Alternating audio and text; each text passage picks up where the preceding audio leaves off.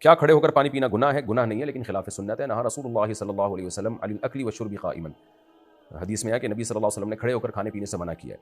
باقی عبداللہ بن عمر کی ایک حدیث ہے کہ ہم نبی کے دور میں کھڑے ہو کر کھا پی بھی لیا کرتے تھے، تو اس کا جواب یہ ہے کہ بھائی کچھ چیزیں ایسی ہوتی ہیں جو چلتے پھرتے کھائی پی جا سکتی ہیں۔ آپ سفر میں جا رہے ہیں تو کھجور کھا رہے ہیں، تو کھانا باقاعدہ کھڑے ہو کر کھانا ناپسندیدہ عمل ہے، بیٹھ کے کھانا چاہیے۔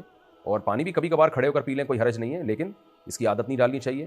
اور بیٹھ کے پانی پینا ہی سنت عمل ہے، کھڑے ہو کے پانی پینا جائز ہے لیکن خلاف سنت ہے۔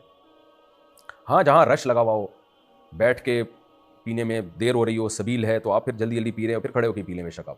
اور بوڑھے لوگوں کے گھٹنوں میں مسئلہ ہوتا ہے، ان کے لیے اٹھک بیٹھک بہت مشکل ہوتی ہے، وہ بیٹھے ہیں پھر کھڑے ہوں تو وہ کھڑے کھڑے ہی پی لیں، تو اس کو کوئی بہت بڑا مسئلہ نہیں بنا لینا چاہیے، لیکن عام حالات میں، عام روٹین میں اگر کوئی ضرورت نہ ہو تو بیٹھ کے ہی پانی پینا سنت ہے۔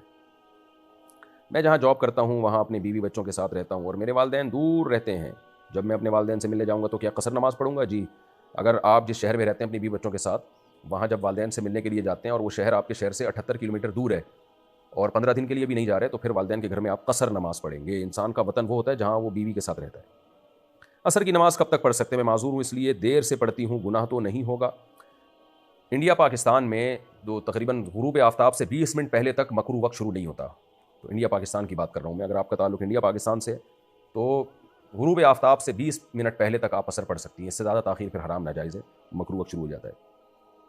اگر دوست ناراض ہو اور ہم صرف کام کی بات کریں تو کیسا ہے؟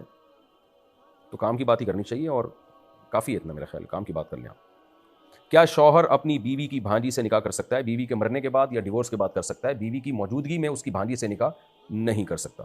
اور اگر بیوی کی کو ڈیورس ہو جائے تو بیوی کی جب تک عدت پوری نہیں ہوتی اس وقت تک بھی بیوی کی بھانجی سے نکاح نہیں کر سکتا۔